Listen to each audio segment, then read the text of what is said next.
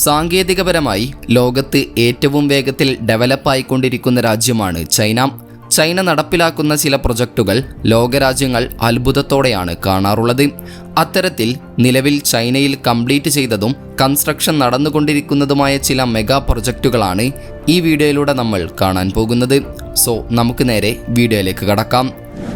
3 Gorges dam. China യാങ്സെ നദിയിൽ നിർമ്മിച്ച ലോകത്തിലെ ഏറ്റവും വലിയ അണക്കെട്ടാണ് 3 ഗോർജസ് ഡാം. ഇവിടെ ഡാം ഉണ്ടാകുന്നതിന് മുൻപ് കപ്പലുകൾ ഈ നദിയിലൂടെ സഞ്ചരിച്ചിരുന്നു. എന്നാൽ ഇപ്പോൾ അവ ഡാമിലെ പ്രത്യേക സംവിധാനങ്ങളിലൂടെയാണ് സഞ്ചരിക്കുന്നത്. ഡാം നിർമ്മിച്ചപ്പോൾ കപ്പലുകളുടെ യാത്രയ്ക്ക് തടസ്സം സംഭവിക്കാതിരിക്കാൻ ഒരേ ഒരു പരിഹാരമേ ഉണ്ടായിരുന്നുള്ളൂ. അതാണ് കപ്പലിനെ ഡാമിൻ്റെ മറുഭാഗത്തേക്ക് ലിഫ്റ്റ് ചെയ്യുക എന്നുള്ളത്. ചൈന ചെയ്തതും അതുതന്നെയാണ്. അവർ ലോകത്തിലെ ഏറ്റവും വലിയ ഷിപ്പ് ലിഫ്റ്റ് നിർമ്മിച്ചു. ഈ ലിഫ്റ്റിൻ്റെ ഉയരം ഏകദേശം 113 മീറ്ററാണ്. ഇത് ഏകദേശം 37 നിലകളുള്ള കെട്ടിടത്തിന് തുല്യമാണ്. ഇതിന് 3000 ടൺ ഭാരമുള്ള കപ്പലിനെ ഒരേ സമയം ഡാമിന് മുകളിലൂടെ ഉയർത്താൻ കഴിയും. അതും വെറും 30 മുതൽ 40 മിനിറ്റിനുള്ളിൽ. ലോകത്തിലെ പല ഡാമുകളിലും കപ്പലുകൾ കടത്തിവിടുന്നത് ഘട്ടം ഘട്ടമായി ഗേറ്റുകൾ തുറക്കുന്ന ലോക്ക് സിസ്റ്റങ്ങളിലൂടെയാണ്. ഈ രീതിയിൽ ഒരു കപ്പലിന് കുറുകെ കടക്കാൻ 3 മുതൽ 4 മണിക്കൂർ വരെ സമയമെടുക്കും.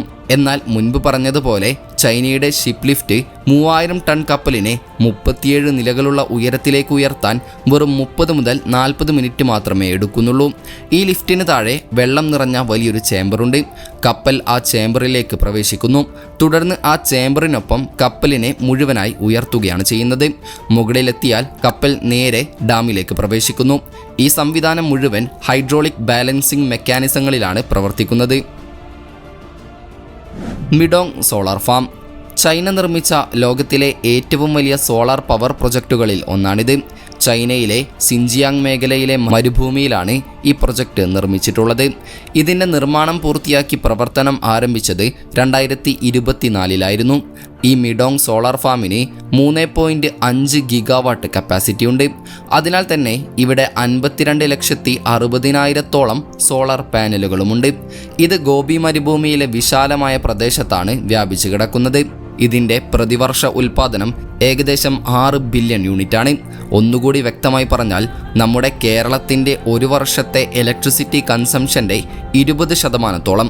അതായത് ഈ സോളാർ ഫാം ഒറ്റയ്ക്ക് കേരളത്തിൻ്റെ ഒരു വർഷത്തെ വൈദ്യുതി ആവശ്യത്തിൻ്റെ ഏകദേശം 1/5 നിറവേറ്റാൻ കഴിയുന്ന തോതിലാണ് നിർമ്മിച്ചിട്ടുള്ളത്.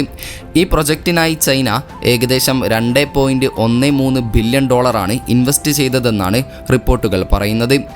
കഴിഞ്ഞില്ല. മരുഭൂമിയിലെ സോളാർ പാനലുകളിലൂടെ വൈദ്യുതി ഉൽപ്പാദിപ്പിക്കുന്നതിന് പുറമെ ചൈന വെള്ളത്തിന് മുകളിൽ ആയിരക്കണക്കിന് സോളാർ പാനലുകൾ സ്ഥാപിച്ചിട്ടുണ്ട്. ഫ്ലോട്ടിംഗ് സോളാർ പവർ പ്ലാന്റ് എന്നാണ് ഈ ടെക്നോളജിയുടെ പേര്. നിലവിൽ വൈദ്യുതി ഉൽപ്പാദന സാങ്കേതിക വിദ്യയിൽ ചൈന ഏറ്റവും വലിയ പ്ലെയറായി മാറിയിരിക്കുകയാണ്. ഷാൻഡോങ്ങിനടുത്തായി കടലിൽ സ്ഥിതി ചെയ്യുന്ന 1GW open sea offshore floating solar പ്രൊജക്റ്റാണ് ഇതിൻ്റെ ശ്രദ്ധേയമായ ഒരു ഉദാഹരണം. ഇത് വെള്ളത്തിന് മുകളിൽ വലിയ വിസ്തൃതിയിൽ വ്യാപിച്ചു കിടക്കുന്നു. ഇത്തരത്തിലുള്ള ഫ്ലോട്ടിംഗ് ഫാമുകളുടെ ആകെ ശേഷി ഗിഗാവാട്ട് സ്കെയിലിലെത്തുന്നുണ്ട്. അതായത് പ്രതിവർഷം ബില്യൺ കണക്കിന് യൂണിറ്റുകൾ.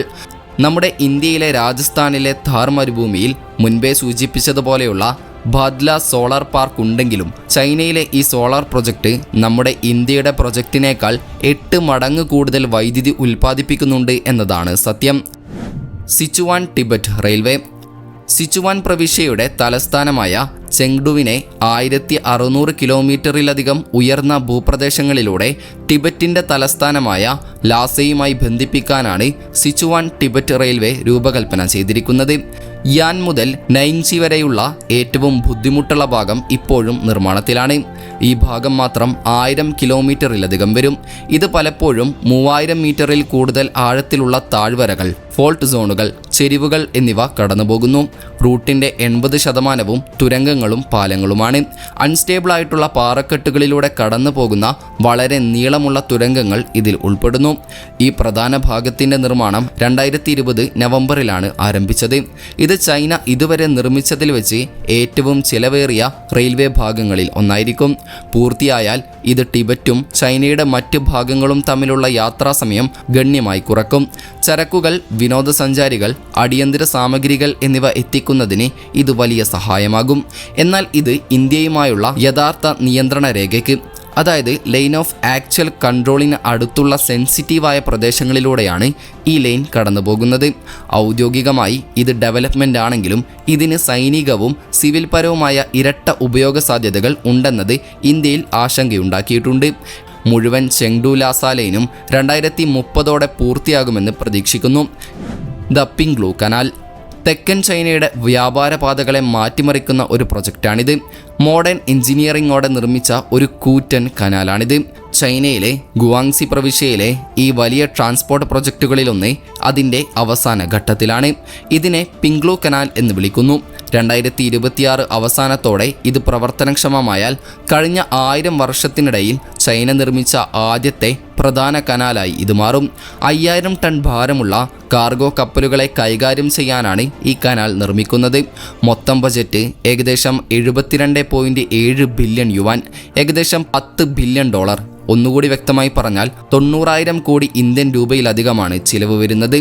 ഇതിൻ്റെ നിർമ്മാണം 2022 ഓഗസ്റ്റിലാണ് ഔദ്യോഗികമായി ആരംഭിച്ചത്. ഈ കനാലിൻ്റെ പ്ലാൻ എങ്ങനെയാണെന്ന് വെച്ചാൽ ഗുയ്ഷോ, യുനാൻ തുടങ്ങിയ വിഭവസമൃദ്ധമായ ഉൾനാടൻ പ്രവിശ്യകളിലൂടെ ഒഴുകുന്ന സിജിയാങ് നദീതട വ്യവസ്ഥയെ നേരിട്ട് ബെയ്ബു ഉൾക്കടലുമായി ബന്ധിപ്പിക്കുന്നു. ഇത് ദക്ഷിണ ചൈന കടലിലേക്ക് തുറക്കുന്നു. ഒന്നുകൂടി വ്യക്തമാക്കി പറഞ്ഞാൽ നിലവിൽ ട്രക്കിലോ ട്രെയിനിലോ ദീർഘദൂരം സഞ്ചരിച്ച് ഒരു പ്രധാന തുറമുഖത്ത് എത്തേണ്ട ചരക്കുകൾക്ക് ഇതൊരു കുറുക്കുവഴിയായിരിക്കും. യുനാൻ, ഗുയ്ഷോ തുടങ്ങിയ പ്രവിശ്യകൾ വൻതോതിൽ അസംസ്കൃത വസ്തുക്കൾ, കൽക്കരി, ബോക്സൈറ്റ്, സിമന്റ്, കാർഷിക കയറ്റുമതി എന്നിവ ഉൽപ്പാദിപ്പിക്കുന്നുണ്ട്. എന്നാൽ ആ ചരക്കുകൾ തുറമുഖങ്ങളിൽ എത്തിക്കുന്നത് എല്ലായ്പ്പോഴും ട്രക്കുകളെയോ റെയിൽ പാതകളെയോ ആശ്രയിച്ചായിരുന്നു. ഇവ രണ്ടും ജലഗതാഗതത്തേക്കാൾ സാവധാനത്തിലുള്ളതും ചെലവേറിയതുമാണ്. നദികളെ ഉയർന്ന ശേഷിയുള്ള ഷിപ്പിംഗ് റൂട്ടാക്കി മാറ്റാൻ പിങ്ഗ്ലു കനാൽ സഹായിച്ചേക്കും. പ്രവർത്തനക്ഷമമായി കഴിഞ്ഞാൽ ഈ കനാലിൽ പ്രതിവർഷം ലക്ഷക്കണക്കിന് ടൺ ചരക്ക് കടന്നു പോകുമെന്ന് പ്രതീക്ഷിക്കുന്നു. ഈ കനാലിൻ്റെ റൂട്ട് ഒന്നിലധികം എലവേഷൻ സോണുകളിലൂടെ കടന്നുപോകുന്നു. അതുകൊണ്ടാണ് കപ്പലുകൾ ഉയർത്താനും താഴ്ത്താനുമായി എഞ്ചിനീയർമാർ വലിയ ഷിപ്പ് ലോക്കുകൾ നിർമ്മിക്കുന്നത്. എല്ലാം കൃത്യസമയത്ത് നടക്കുകയാണെങ്കിൽ പിങ്ഗ്ലു കനാൽ 2026 അവസാനത്തോടെ പൂർണ്ണമായി പ്രവർത്തനം ആരംഭിക്കുമെന്ന് പ്രതീക്ഷിക്കുന്നു. ഷെൻഷെങ് ജിയാങ്മെൻ ഹൈസ്പീഡ് റെയിൽവേ.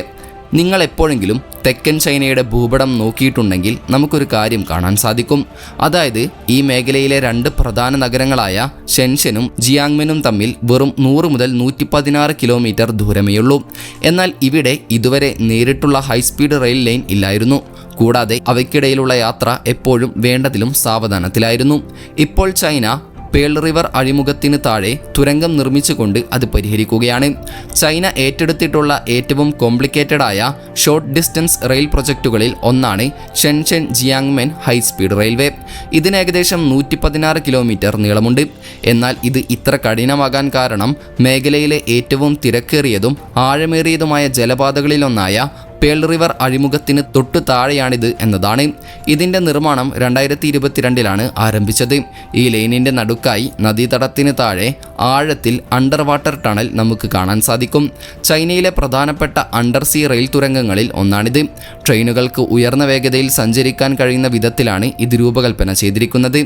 ഈ മാപ്പ് കാണുമ്പോൾ എന്തുകൊണ്ടാണ് റെയിൽ ലൈൻ വെള്ളത്തിന് ചുറ്റും തിരിച്ചുവിടാത്തത് എന്ന് നമുക്ക് തോന്നിയേക്കാം. എന്നാൽ അത് യാത്രയുടെ സമയം കൂട്ടുകയേ ഉള്ളൂ. നേരിട്ട് താഴെ തുരങ്കം നിർമ്മിക്കുന്നതിലൂടെ പുതിയ കണക്ഷൻ ഷെൻഷനും ജിയാങ്മെനും തമ്മിലുള്ള യാത്രാസമയം ഗണ്യമാക്കി കുറക്കും. ഇത് ഗ്രേറ്റർ ബേ ഏരിയയിലെ 2 ഭാഗങ്ങളെ തമ്മിൽ ബന്ധിപ്പിക്കും. ഇതിലൂടെ ആളുകൾക്ക് വേഗത്തിലുള്ള കണക്ഷനുകൾ ലഭിക്കുകയും അതിലുപരിയായി ഫാക്ടറികൾക്കും ഗോഡൌണുകൾക്കും തുറമുഖങ്ങൾക്കും വേഗത്തിലുള്ള ലോജിസ്റ്റിക്സ് ലഭ്യമാവുകയും ചെയ്യും. എന്നാൽ പൂർണ്ണമായി പൂർത്തിയാകുന്നതും തുറക്കുന്നതും 2027-28 കാലയളവിലേക്കാണ് ചൈന ലക്ഷ്യമിടുന്നത് എന്നാണ് റിപ്പോർട്ടുകൾ പറയുന്നത്. Brands hatch. എഞ്ചിനെ മാത്രം ആശ്രയിക്കുന്നതിന് പകരം കാറ്റിൻ്റെ സഹായത്തോടെ സമുദ്രം മുറിച്ചു കടന്ന് ഇന്ധന ഉപയോഗം ഗണ്യമാക്കി കുറയ്ക്കാൻ കഴിയുന്ന ചൈന നിർമ്മിച്ച ഒരു ഓയിൽ ടാങ്കറാണിത്. ബ്രാൻഡ്സ് ഹാച്ച് എന്നാണ് ഈ കപ്പലിൻ്റെ പേര്. ഇതൊരു സാധാരണ കാർഗോ ഷിപ്പല്ല. എണ്ണ ഉൽപ്പന്നങ്ങൾ കൊണ്ടുപോകുന്നതിനായി നിർമ്മിച്ച ഒരു കൂറ്റൻ ആഫ്രാമാക്സ് ടാങ്കറാണ്.